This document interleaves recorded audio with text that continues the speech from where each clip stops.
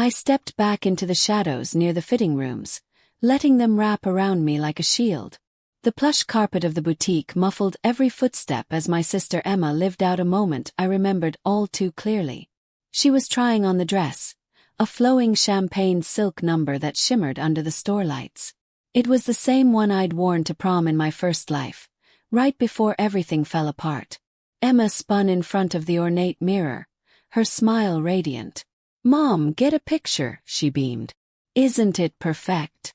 Our mom happily obliged, phone in hand, snapping away. "Oh, Emma, honey, you look stunning," she said warmly. "Absolutely breathtaking." They didn't know. None of them knew this wasn't the first time I'd seen Emma in that dress. They didn't remember how, just minutes before prom photos in my past life, fruit punch had spilled across the delicate fabric. They didn't hear her fake gasp or catch her muttering, "Oops, clumsy me." And they certainly didn't know that later that night she took Tyler, my date, leaving me heartbroken and confused. Emma always had a way of taking what was mine. Eventually she stripped away everything I cared about. But this time was different. I felt the crisp edge of a receipt tucked safely in my purse. Proof of a different dress, a golden one, bought weeks ago from a small designer shop far from here. A dress Emma knew nothing about. Our eyes met in the mirror. Her smile faltered just slightly. "You're not upset I found it first, are you, sis?" she asked, tilting her head. "We have similar taste." I stepped out of the shadows, forcing my expression into something neutral. "Take it," I said evenly. "Honestly, Emma, it suits you perfectly." And it did. It suited the girl who lived for the spotlight, even if she had to snatch it from someone else. I knew exactly how tonight and prom night would unfold. This time I was ready. Back home, the familiar weight of the house settled around me. I passed by the living room where Mom was probably still gushing over Emma's pictures and went straight upstairs. My bedroom was my only safe space, a sanctuary holding secrets no one else could touch. From under my mattress, I pulled out a sleek black leather journal. It wasn't just a diary, it was a record. A map of the past I was determined not to repeat. My fingers traced the entries written in hurried, sometimes tear-blurred ink from the early days after my rebirth. Page after page detailed Emma's betrayals, big and small. Borrowed sweaters returned stained, secrets whispered to the wrong people, lies told to make herself look better. Then there was Mom, her blatant favoritism a constant ache. Emma was the golden child destined for greatness while I was, well, just there. And Liam, my best friend once, whose betrayal cut almost as deep as Emma's. He chose popularity. Chose her when it mattered most. That memory still stung. A shiver ran down my spine as I flipped to the entry detailing the end of my first life. Prom night. Rain-slick roads. Finding Emma and Tyler pressed against the wall outside the rented hall, locked in a kiss that shattered my world. Blinded by tears and rage I ran. Jumped into my car, ignoring their calls and texts. The rain blurred the road, tires screeched, metal crunched, and then darkness. Waking up months earlier with all those memories intact was both a curse and a second chance. Dinner. Mom called up the stairs, pulling me from the dark spiral of thoughts. Downstairs, the atmosphere was thick with Emma's success. She chattered excitedly about her acceptance letters, mostly to the same private universities Mom had always dreamed of for her. "And the campus is just gorgeous, Mom," she gushed, sliding a glossy brochure across the table. Mom beamed. "I knew you could do it, sweetie. You have so much potential." She glanced at me, her smile tightening slightly. "Did you hear back from State University yet?" I nodded calmly. "I got my acceptance last week.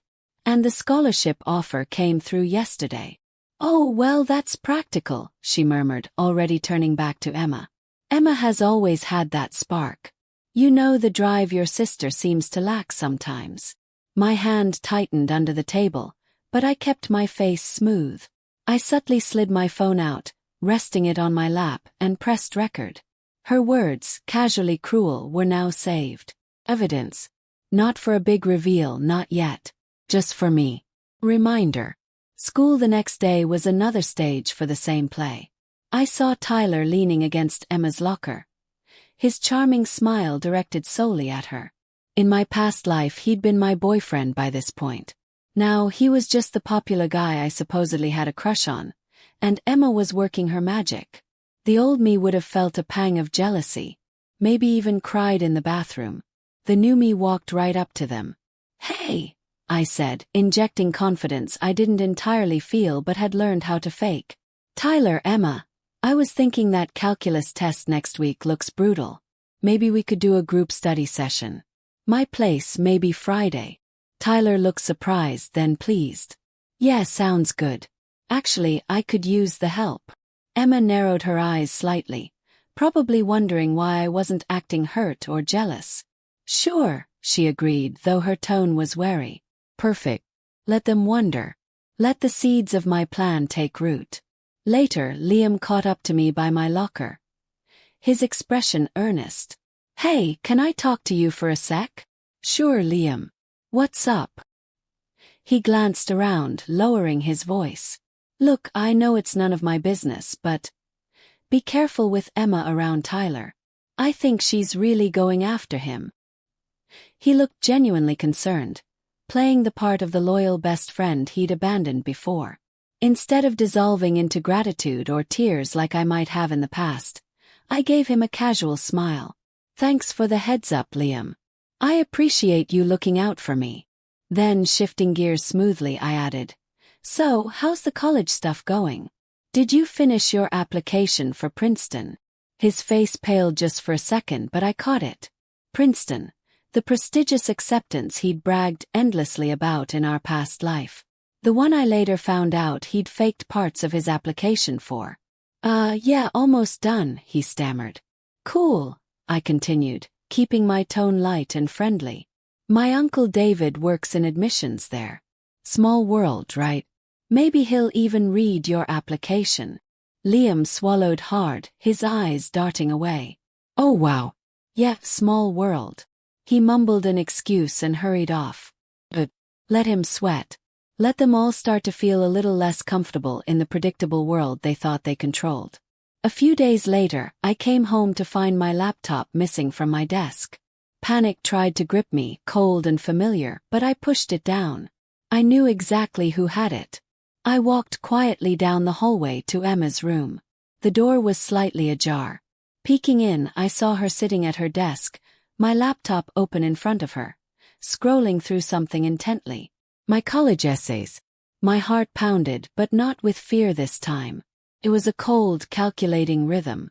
I waited until she got up to go to the bathroom, then slipped into her room.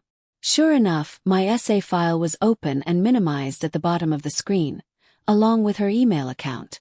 An email sat in her drafts folder addressed to herself, with my essay attached.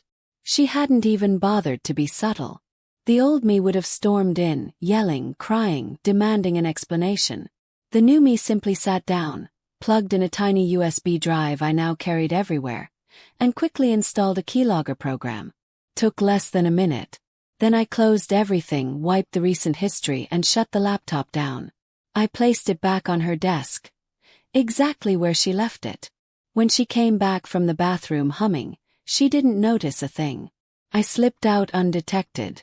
That night at dinner, Mom dropped the bomb I knew was coming, though the timing was slightly different this life. "Girls," she began, setting down her fork with unusual seriousness. "Your father and I have been looking at the finances. With tuition costs being what they are, we can likely only afford to send one of you to a private university next year." Emma shot me a look across the table. Pure, unadulterated triumph. She thought she had it in the bag. Her grades were slightly better this time around, partly thanks to borrowing my homework ideas I suspected, and she had Mom firmly in her corner. I felt the familiar sting of being deemed secondary, disposable. But this time I didn't let it show. I simply murmured, "Oh, okay. Thanks for letting us know, Mom," and picked up my salad, feigning disappointment before excusing myself. "I need to grab something from my room." In the kitchen, hidden from view, I pulled a thick envelope from my backpack, An acceptance letter, not from State University, but from a prestigious, highly competitive arts program on the West Coast. A program I hadn't even considered in my past life. This time, fueled by the knowledge of how things could turn out, I'd secretly worked on a portfolio for months. Attached to the acceptance letter was notification of a full merit-based scholarship, covering tuition, room and board. Something Mom couldn't control or redirect. I tucked it back into my bag before returning to the table, my expression carefully neutral. Over the next week, I monitored the keylogger logs remotely. Just as I suspected, Emma tweaked a few sentences in my essay, changed the title, and submitted it as her own to her top-choice private university, the same one Mom was pinning all her hopes on. My blood boiled, but I didn't confront her directly. Instead, I scheduled a meeting with Mrs. Davidson, the English teacher who knew my writing style best. "Mrs. Davidson," I started, feigning slight confusion after discussing my own college plans. I had a quick, kind of weird question. I was browsing some online essay forums the other day just looking for inspiration, and I saw an essay that felt really familiar, like really familiar. Almost identical to the personal statement I workshopped in your class last month. Mrs. Davidson frowned. "Oh, that's concerning. Do you remember where you saw it?" "I didn't save the link, unfortunately." I lied smoothly. "But it was submitted under a different student's name. I just thought it was strange. Probably just a coincidence, right?" Her eyes sharpened. "Maybe, or maybe not. Plagiarism is a serious issue, especially with college applications." I thanked her discreetly. I knew she was also on the school's scholarship committee and had connections with admissions counselors at various universities. The seed was planted. The school assembly for academic awards arrived a week later. I sat calmly, watching Emma fidget in the row ahead. Her name was called for a couple of minor honors, choir awards mostly. Then the principal stepped up to announce the major scholarships. "And the recipient of this year's Principal's Award for Outstanding Academic Achievement, which comes with a significant scholarship," he boomed, pausing for dramatic effect, "goes to Amelia Chen." Name. Not Emma's. A ripple of surprise went through the student section. As I walked toward the stage, trying to look suitably humble and shocked, I scanned the faculty section. I saw Mrs. Davidson leaning over, whispering something to Mr. Henderson, a counselor known for his ties to the admissions office of Emma's dream university. He was frowning, looking thoughtfully toward Emma, who had gone rigid in her seat. Later that day, Tyler caught me after calculus. "Hey Amelia, that test is still looking rough. Any chance you're free to study this weekend?" Seriously. In my past life, he'd only had eyes for Emma by this point. "Sure, Tyler," I smiled. "How about Saturday afternoon at the library?" During our study session, amidst explaining derivatives, I steered the conversation carefully. "It's funny," I mused, tapping my pen. "Emma's usually so good at math, but I guess everyone has off days. Remember that cheating thing back in sophomore year with a history paper? I made it up, of course. But it was based on a vague rumor that had circulated once, just enough to make it sound plausible. Let them wonder. Let them sweat. Let the game begin."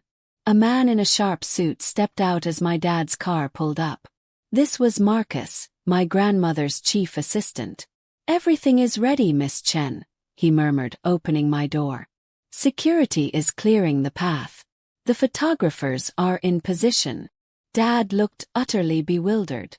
"Security? Photographers? Amelia, what is going on?" Smiled. "Just a little surprise, Dad." Taking Marcus' offered hand, I stepped out of the car, and the scene unfolded exactly as planned. Security personnel subtly held back the crowd of students near the entrance. Flashes erupted, not from phones, but professional DSLRs wielded by hired photographers. A confused murmur spread through the crowd.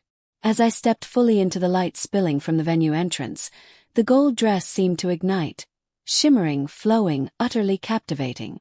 Gasps rippled outward. Phones came out instantly, recording every second.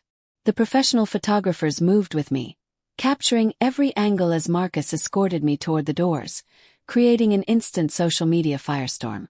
Inside, the music seemed to stutter. Conversations died. Everyone turned to stare. And there, standing by the punch bowl, the irony wasn't lost on me, was Emma. Her champagne dress, which had looked so lovely earlier, now seemed ordinary, mass-produced, dull. She was frozen, her hand halfway to a plastic cup, her face a mask of shock and disbelief. Tyler, looking handsome in his tuxedo, started moving toward me, a hopeful expression on his face. But before he could reach me, a distinguished silver-haired man stepped smoothly into his path. "Miss Chen," the man said, extending a hand. "Amelia. Arthur Vance. I own the Vance Gallery downtown." He smiled warmly. "Your grandmother shared your portfolio with me. Quite impressive. We must talk about your work." He effectively blocked Tyler, drawing me into a conversation about art, future exhibitions, completely ignoring the high school drama swirling around us. After a few minutes, excusing myself politely from Mr. Vance, I finally approached my sister. I smiled, a genuine, uncomplicated smile. "Emma," I said, my voice calm and kind. "That dress really does look beautiful on you." I picked up a clean champagne flute from a nearby tray and offered it to her. "Champ?" I asked lightly. She just stared at me, completely bewildered by my lack of gloating, my unexpected kindness. Leaving her there utterly confused, I moved through the room, greeting the few friends who hadn't bought into Emma's exclusion tactics, laughing and chatting as if this was just any other prom night. Liam appeared at my elbow, looking awkward and contrite. "Amelia, hey. Look, I wanted to apologize for being distant lately. I was stupid." "Thank you, Liam," I said graciously, accepting his apology without dwelling on it. "Actually, there's someone I'd like you to meet." I gestured to a strikingly dressed man standing nearby, observing the scene with amused detachment. "Liam, this is Julian Croft. He's my grandmother's godson." Julian, an internationally famous musician and producer, though few here would recognize him out of context, smiled warmly at Liam. "Songwriter, excellent. Always looking for fresh talent. Perhaps you could send me some demos. My label is offering a development deal for the right young artist." Liam looked like he might faint. Just then, Mom bustled in wearing her emergency chaperone badge. Though I knew she'd really come to witness my supposed humiliation. Her eyes scanned the room, searching for me. When she spotted me, not crying in a corner, but chatting easily with Julian and Liam, surrounded by a growing circle of impressed onlookers, her jaw tightened. And then came the real showstopper. The doors opened again, and my grandmother swept in, elegant, imposing, radiating an aura of old money and absolute authority. She wore a simple but exquisitely tailored Chanel suit, her silver hair perfectly coiffed. Marcus followed discreetly behind her. The remaining chatter in the room died completely. Everyone knew who she was, even if they only knew her by reputation. She ignored everyone else, her eyes finding me immediately. She walked directly toward me, a rare, small smile touching her lips. "Amelia, my dear," she said, her voice carrying clearly in the sudden silence. She embraced me warmly. "You look magnificent." Turning slightly to address the room, but mostly the influential figures like Mr. Vance and Julian, who had gravitated toward us, she announced. "For those of you who don't know, this is my granddaughter, Amelia Chen, my heir and the future president of Chen Industries." Gasps rippled through the students. Emma looked faint. Mom looked horrified. "We're all so thrilled," grandmother continued, her eyes twinkling as she looked at me, "to be establishing a significant art scholarship foundation in Amelia's name to support talented young artists like herself." Mom, recovering slightly, tried to push forward, plastering on a shaky smile. "Mother, what a surprise. We were just talking about Amelia's accomplishments." Grandmother cut her off with a look that could freeze fire. "Indeed," she said coolly, her gaze sweeping over Mom before dismissing her entirely. "It's heartening when family recognizes true value when they see it." She then turned back to Mr. Vance. Arthur, Amelia has already demonstrated remarkable business acumen working on some preliminary projects for the company these past few months. Quite the mind for strategy. Mom stepped back as if struck, her face pale. My grandmother had just publicly acknowledged me, elevated me, and subtly, devastatingly erased my mother from the narrative in one smooth, calculated strike. The twist wasn't just the dress. It was my entire life rearranged and revealed. The rest of prom night passed in a blur of congratulations, curious glances, and whispered speculation. Afterward, instead of the planned exclusive gathering at the lake house Emma had arranged, the real party shifted. Somehow, word got out that my grandmother and her circle were heading back to our house for drinks. Suddenly, our modest suburban home was filled with art dealers, musicians, business people. My grandmother's influential friends mingling awkwardly with my few loyal high school friends, and a stunned dad. Emma found me in the kitchen where I was trying to find some ice. Her makeup was smudged, tears streaming down her face. The champagne silk dress now looked rumpled and sad. "Amelia," she choked out. "I am so sorry for everything. For the dress, for Tyler, for all of it, the essays, everything. I was awful. Jealous. Please, can you forgive me?" Her apology felt desperate, triggered not necessarily by genuine remorse, but by the sudden drastic shift in my fortunes. I looked at her, the sister who had made my previous life a misery, and felt tired. "I hear you, Emma," I said quietly. Before I could say more, Mom appeared in the doorway, her face arranged in a mask of maternal pride. "Amelia, darling," she rushed forward, arms outstretched for an embrace. "My successful daughter. I always knew you had it in you deep down. I always believed in you. Even when I was pushing Emma, I just wanted you to find your own way." I instinctively stepped back, avoiding the hug. Her words rang hollow. All those years of dismissals, comparisons, neglect, they couldn't be erased by this sudden change of tune. My response was simple, quiet, but firm. "No. Just no." Not angry, not accusatory, just a statement of fact. I did not accept her rewriting of history. Her smile faltered, confusion and hurt flickering in her eyes before hardening into resentment. Liam cornered me next near the back door, holding a demo CD. "Amelia, about that recording contract Julian mentioned.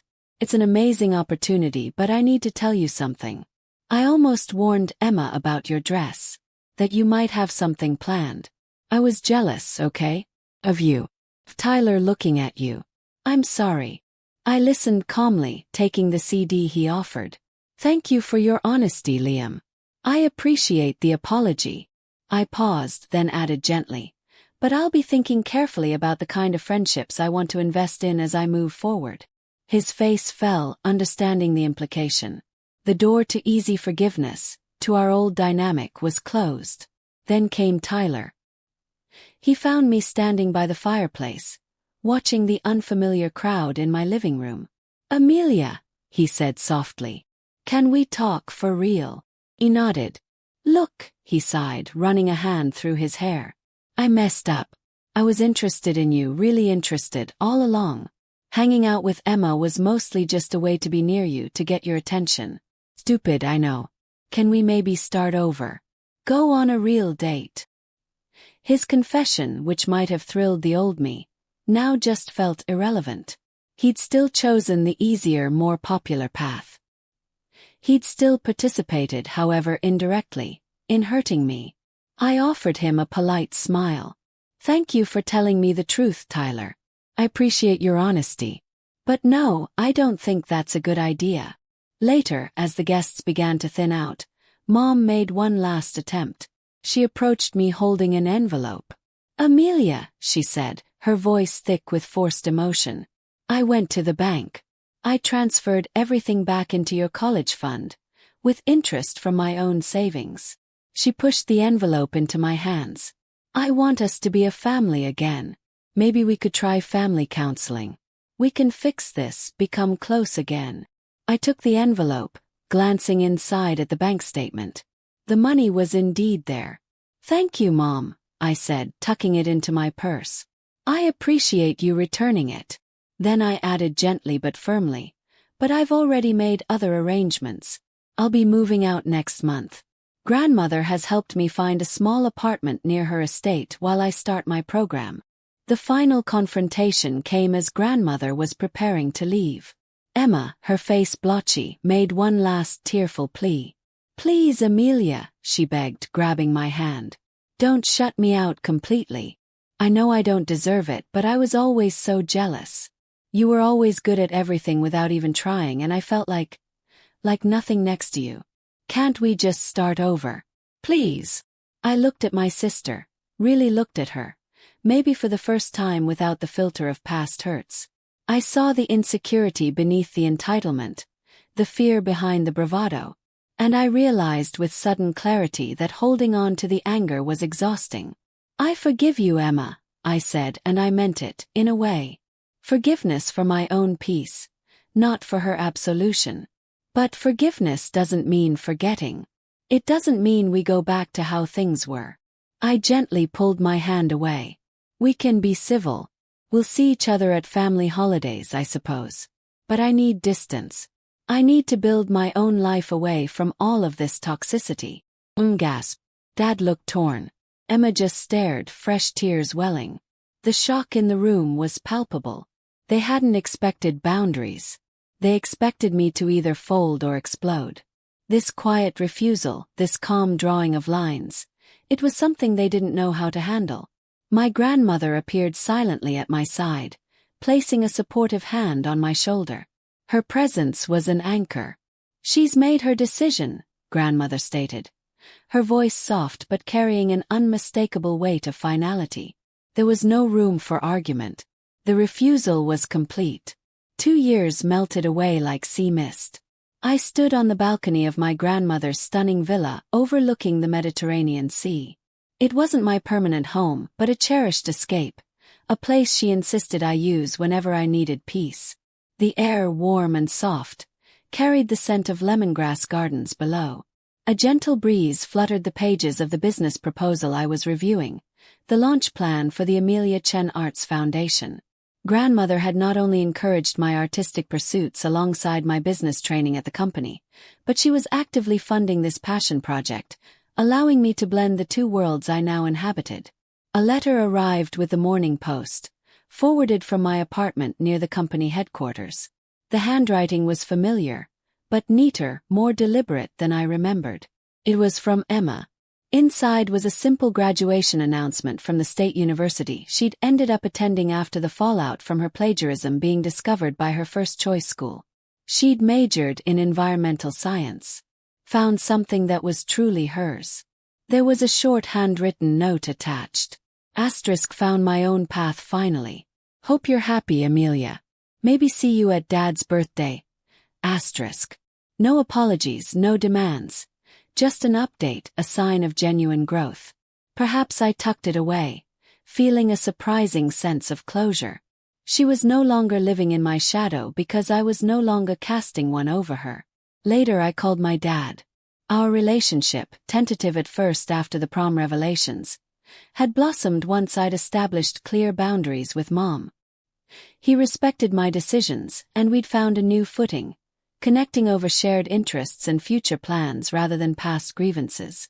We finalized plans for his upcoming visit. We were celebrating my 21st birthday together next month, exploring the coastal towns near the villa.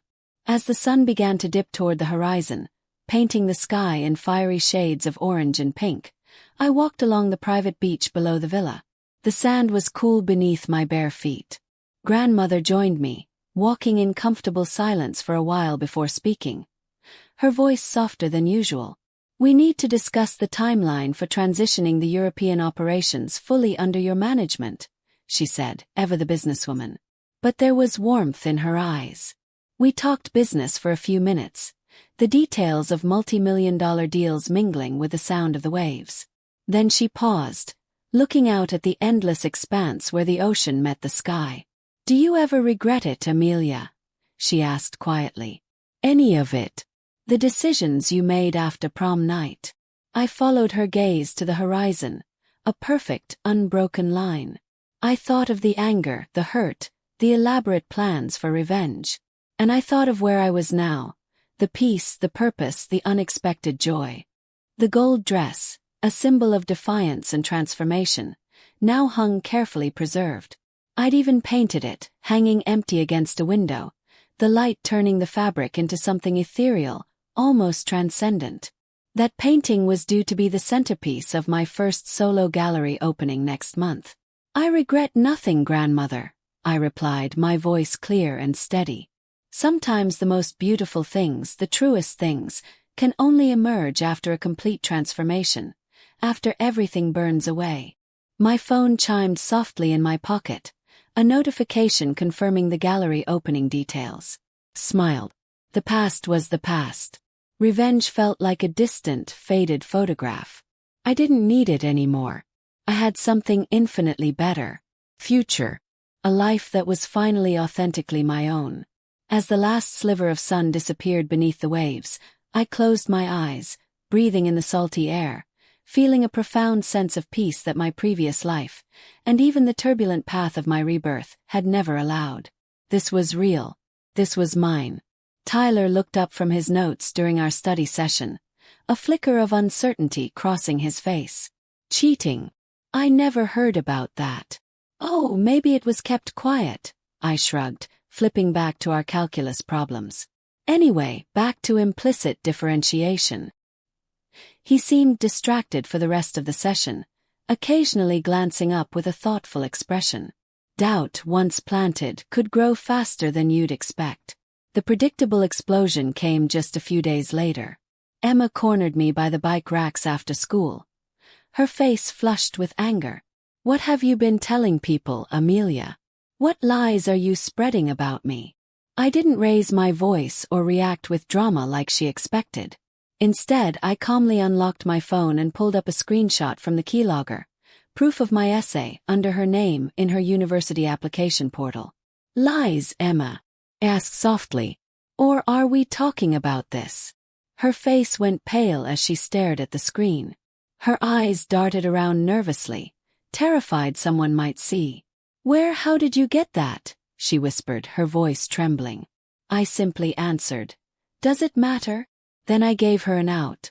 Look, I don't want to cause trouble. Maybe we should sit down with Mom and Dad, figure out what happened. Panic flared in her eyes. She grabbed my arm. No. Please, Amelia. Bae. I'll stay away from Tyler completely. Just don't tell them. I gently pulled my arm away. I just want us all to get along, Emma. No drama. Let's forget about it, okay? I walked away, leaving her standing there shaking, completely thrown off balance by my lack of hysterics, my quiet control. Round 1 was complete. She was rattled. And I had leverage she never saw coming. But peace didn't last long. A few weeks later, I logged into my online banking and froze. A significant chunk of money had been transferred out of my college savings account, straight into Emma's. My breath caught for a moment, the old helpless anger rising, but I tamped it down fast. Confronting Mom would only lead to excuses, maybe even accusations that I was being selfish. Emma needed it more, she'd likely say. Instead, I printed out the transaction records, not just this recent one but older ones too. I dug deeper and found years' worth of questionable transfers. Money moved from my account to cover Emma's band trips, her expensive art supplies, even her car insurance after a fender bender she caused. Armed with a folder full of evidence, I called my dad.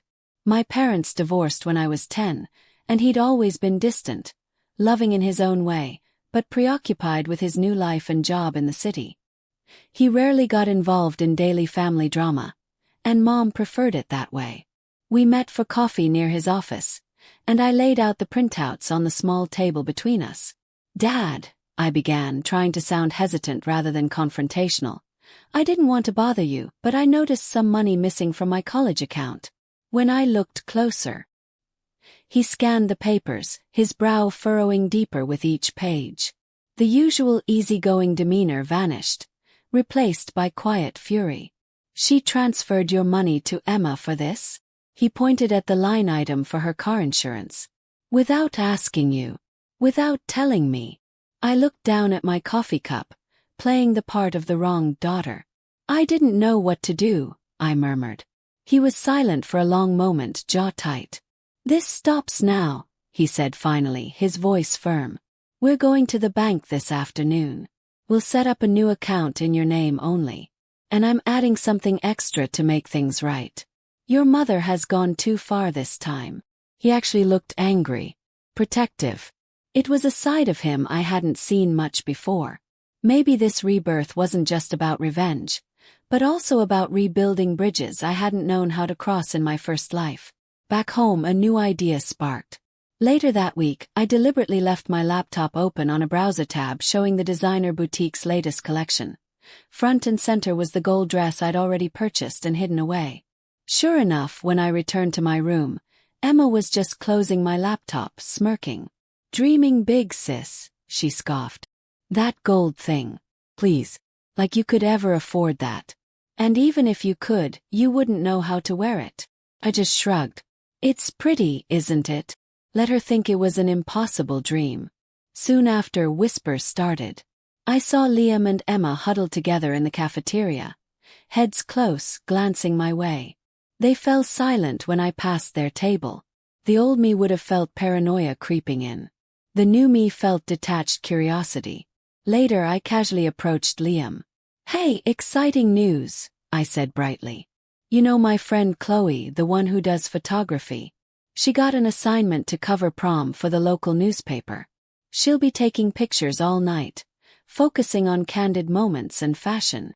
Liam exchanged a quick, uneasy look with Emma, who was pretending not to listen. Oh, cool, he mumbled. Good.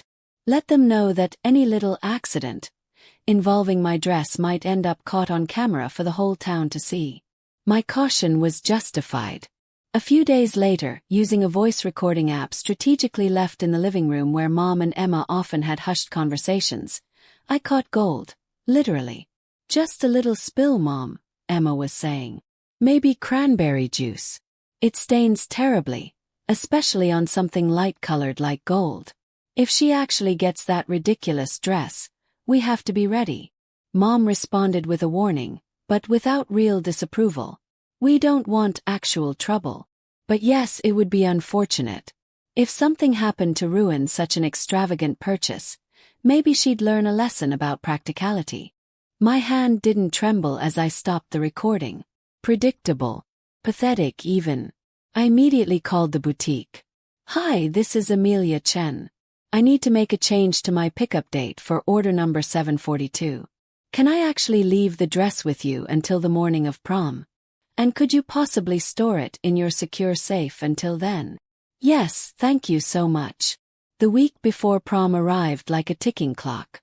Emma, suddenly helpful, offered to pick up my dry cleaning. I know you're busy studying, Amelia, she said sweetly. And isn't your prom dress supposed to be ready today? Oh, Emma, that's so thoughtful, I replied, matching her saccharine tone. But the gold dress isn't there. I decided to get it cleaned closer to the date. The bag just has some winter sweaters I needed done. She faltered for just a second before recovering. Tyler found me in the library again. So, prom. Who are you going with? Actually, I decided to go solo this year, I said, looking up from my book. Just want to hang out with my friends, dance, have fun. No drama, though. He looked genuinely surprised. I bet you will. From the corner of my eye, I saw Emma watching us from behind a stack of periodicals, her face tight with unmistakable jealousy. The night before prom, my phone buzzed with a text from a friend. Just heard Emma telling Sarah and Jess the after-party at the lake house is invite only, and specifically not to tell you about it. So they were trying to exclude me again. Just like last time. Instead of feeling hurt or angry, I felt amused. Did they really think that would stop me? I picked up my phone and made a call. Not to confront Emma, not to plead with my friends.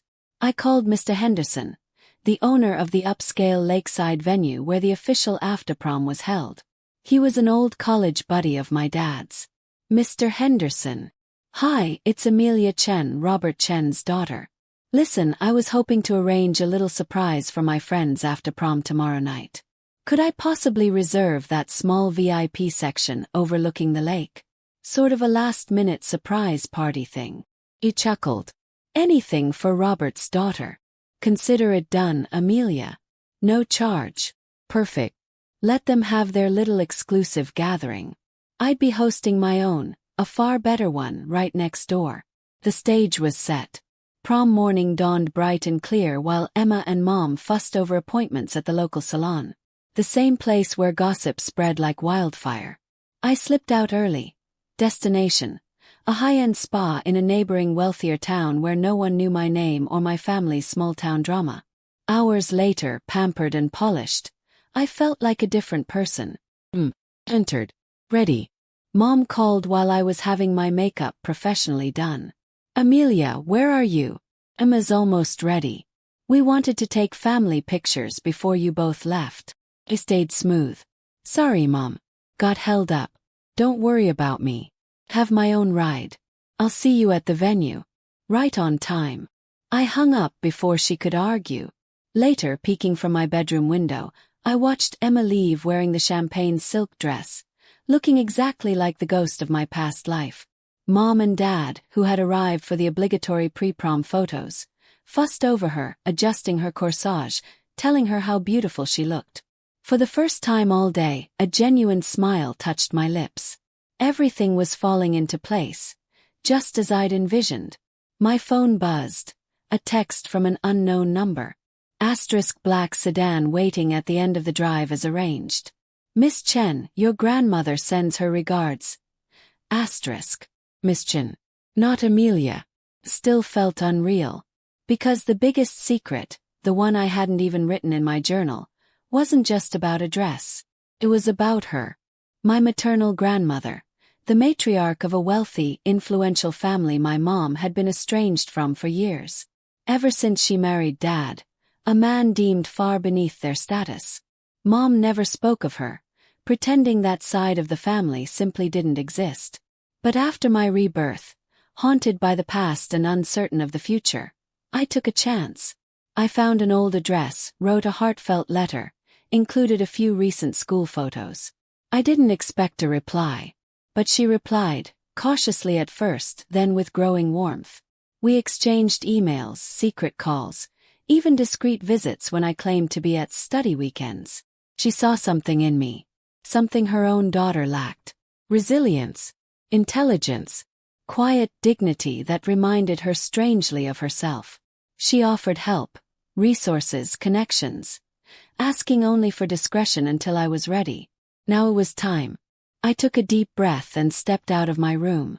The dress felt like liquid gold against my skin, catching the late afternoon sun streaming through the hallway window. It wasn't just beautiful. Felt like armor, like a statement. My dad was waiting downstairs, slightly impatient, ready to drive me separately, as we'd arranged.